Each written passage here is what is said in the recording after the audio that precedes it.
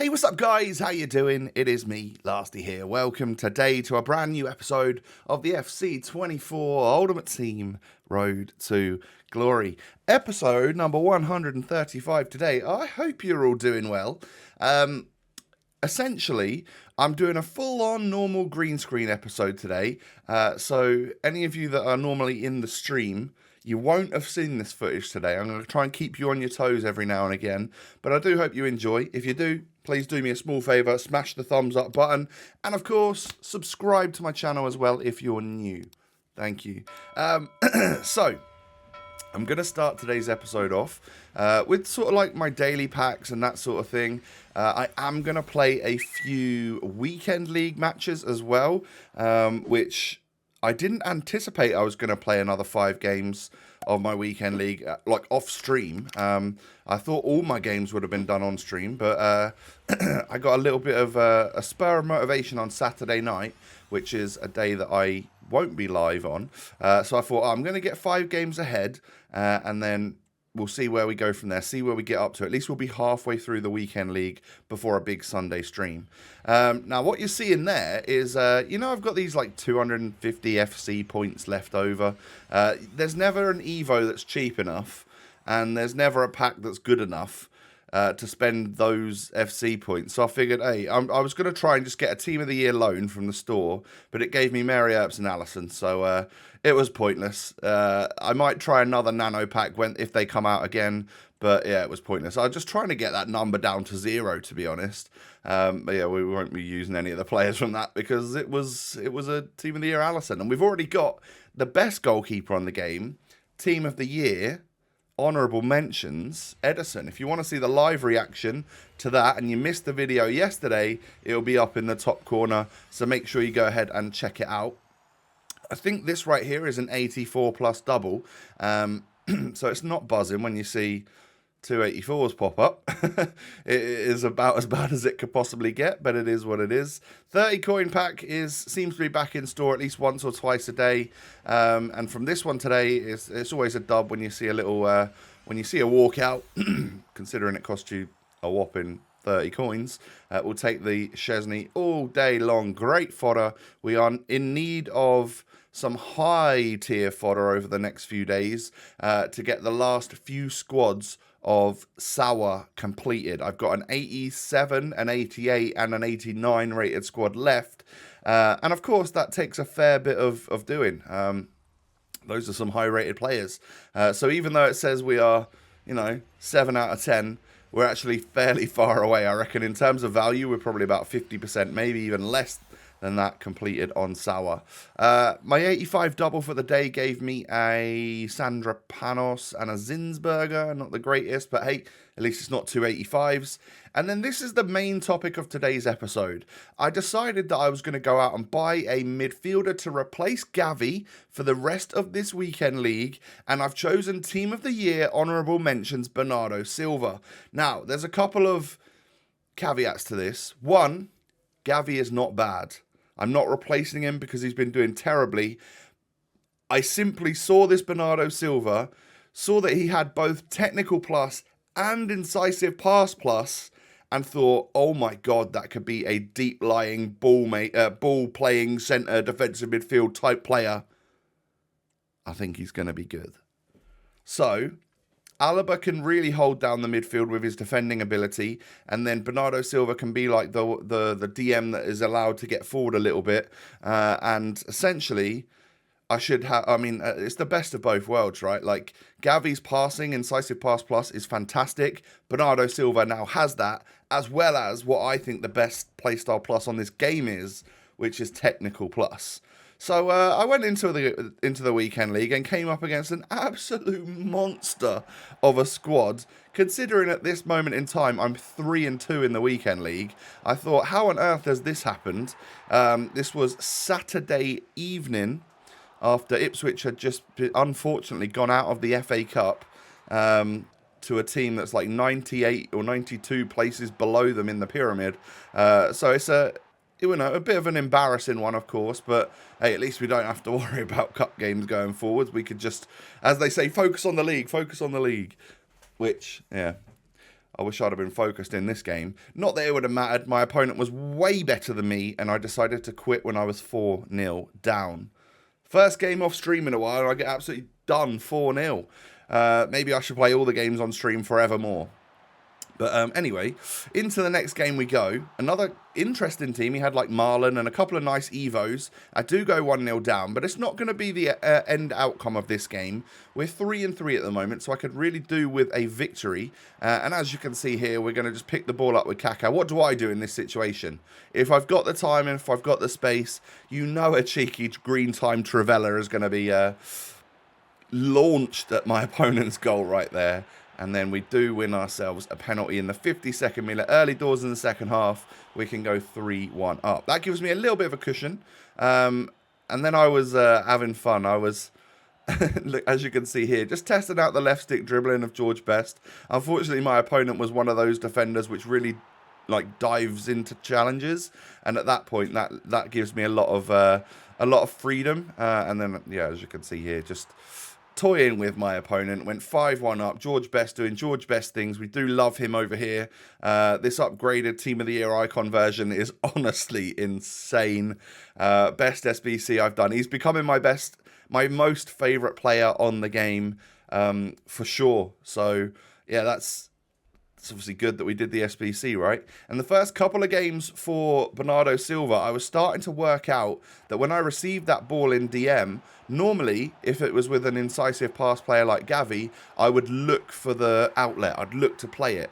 I'd look to spread the play. But with someone like Bernardo, I can actually start weaving forward and then allowing my players to create space in other areas.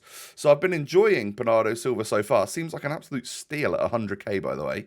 I think I paid 105 when he was about 110, and then I've seen him in the 90s since then. So whether or not he's coming down in price and we lose money, doesn't really matter. It's not going to be too much, right? But yeah, in general, this Bernardo Silva seems absolutely nutty. I've been really, really enjoying his dribbling. Him and Best seem like a bit cheat codey if your opponent doesn't understand how to defend the RB dribbling. Lovely goal from George Best there. Wasn't even a timed shot, but we managed to smash it into the back of the net. I did get equalised on by another Team of the Year icon. This time it's Zola. One that I would not mind packing. He's got that finesse shot trait, of course, or playstyle plus. He knocks it through to Gerd Muller, and I think this is the good version, the Thunderstruck one. I think, was it? Was that Cruyff? I don't know. It was. I'll be honest. I've missed who that one was there, but it doesn't really matter because essentially we get the 2-2 equaliser, and then Eusebio runs down the other end and makes it 3-2. We've absolutely just started walking this game out of nowhere. I got a penalty for that one. My opponent was not happy about it. ZZ Ross CFC ZZ is angry at this point. And he does go ahead and quit before I get to take the penalty. Luckily, though, we were winning 3-2, so we get another dub. And, well, that is 6-3, I believe, so far in the Weekend League. So 3-2 to 6-3. This is the 10th and final game of the Weekend League that I was going to play in this episode, leaving 10 games for a live stream, of course. For us to go on that final charge to then get our rewards. And what a ball that is in from Kane. And a great finish from Futra for my opponent to go 1-0 up. Zidane was then doing some dribblies. He thought he'd join in on the fun alongside George Best and Bernardo Silva. And I managed to get a goal from it, which was nice. But if my Zidane can score, his Zidane can score as well. And that's exactly what he did to go 2-1 up. However, we're through with my boy again. Missed the shot, but a little bit of a dodgy challenge from Nesta right there actually gains me a penalty, of which Zizou steps up and scores. For some reason, it's defaulted back to Zidane for my pens rather than Eusebio. I don't know why. I thought Eusebio had the better pen stats. Either way, they both don't really miss. And then Eusebio obviously puts me into the lead here. Lovely stuff from him. George Best just away from, I think it was Nesta and Hummels, and then hits the Trivela. Oh my God. What an absolute ridiculous goal that one was. My opponent's not done though. Futra knocks it in. Somehow it gets through the defender. I think it went through Rio's legs there to Kane, and of course Kane's going to score. It's the Team of the Year Honourable Mentions one that my opponent's got. But then I couldn't tell if he was really playing here or not. Either way, I walked through with Georgie Best and got the goal. And I think at this point, when he gets a red card, and he'd already queued the pause, I wonder if this guy was going anyway, because it does seem like he was a little bit potentially stressed out over it. But that's when the quit comes. So we get a 5-3 victory, and in a really, really, really good turn of events, we've turned 3-2 to 7-3. So I'm probably expecting those final 10 games to be super tough over on stream. But hey, 10 games to go, 4 wins to get. Hopefully we can go 4-6. We should be able to. If not, then I don't deserve it, and it doesn't really matter that much anyway, right? So we get the 15 wins in Totty Champs. So that's a 583 plus defenders pack. Daily objectives done. That's good. I need to start working on getting my XP throughout the season. And then the daily play stuff is back. The overall reward for that is back as well. And we got some other Foot Champions bonus as well. Oh, 89 rated. Mappy Leon popping out from a 1 of 3 75 plus player pick. We'll take that. And then a duplicate Zinsberger. Hey, not bad for 2 player picks that. That's why player picks are OP, and that's why we need to be able to do unlimited of them, EA. Don't give us 10 every 2 days, all right? Couple of rewards from the year... No, what was it from? Who knows? Some sort of Totty-related live objective. I can't remember which exactly one it was from, but we got a couple of packs from it. Then, is this a Team of the Week? Oh, this is an 85 plus double. It's not a Team of the Week upgrade. We've got differing packs on different days at the moment, haven't we? We've got like 83 times 20 every day, 85 double, I think, once every day or every 2 days. Then the player picks and stuff come back as well every other day. It's a bit strange at the moment. But we'll try and get into it, and we'll try and obviously grind out the fodder and whatnot, and, you know, do our best to pack another blue or something. That would be good. A proper blue on the RTG would be lovely, but no sign of that just yet. A lot of chatter, a lot of... the topic of conversation on social media seems to be about the pack weights and the how difficult it is to pack a totty and stuff this year. I feel like it kind of always is. I wonder if we're just going round in circles with that. The yearly people are in that sort of depressive state of having saved up 300, 500 packs and not managed to get a blue. I think they're supposed to be difficult to pack. Whether you get one or not, well, you can chat away for hours on that topic, and you'll never come to a conclusion. But I think they're always difficult to pack, and some people have said, oh, I've not packed a totty and I've played it for years. Well, that's just unfortunate, but carry on, and you never know when your luck's going to strike. So 84 and 83 from that pack right there. Unfortunately, my 85 plus double was simply appalling. It was 2 85s. Not great. And then we're going to complete one part of the 83 times 20. I will start tomorrow's episode with that 82 times 20, should I say. That would have been nice if it was an 83 plus, but, you know, we've got loads of 82s going to pop up in that pack, no doubt. But I'm hoping that's where my next blue will be. 82 double. Any informs about that? That would be rather nice, just so we can top up the club. This looks to be either a Saka or a Beth Mead, and that is an 87 rated Beth Mead. We'll take that lovely walk out to grab and pop into part of Sour, perhaps, maybe. 83 double this time around. It's going to give us Argentine centre mid. It's an 84, is it not? Is DePaul 84 or 85? I think he's 84. Let's have a little look.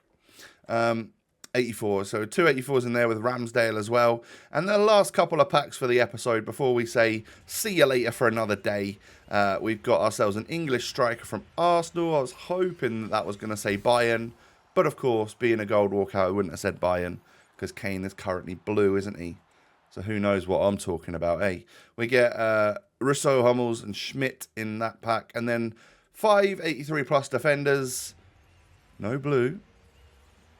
English centre-back from... Oh, it's not even from Man City. It's from Roma. It's going to be an 84 Chris Smalling rather than an 85 like John Stones or something. Yeah, I think... we get an inform in that one. So that is good. That is good that we get an inform. Now we've got a couple of players left to pop into probably the last part of that 82 times 20. So, my friends, we've come to the end of the episode for today. I hope you have enjoyed. If you have, please do me a small favor and smash the thumbs up button. And of course, don't forget to subscribe to my channel as well if you're new. Cheers. Follow me on social media, of course. And there's every chance that I'm potentially live as this video goes up. Although Mondays are a bit of a possibility of a no-no for me. Might be Saturdays and Mondays that are the days off.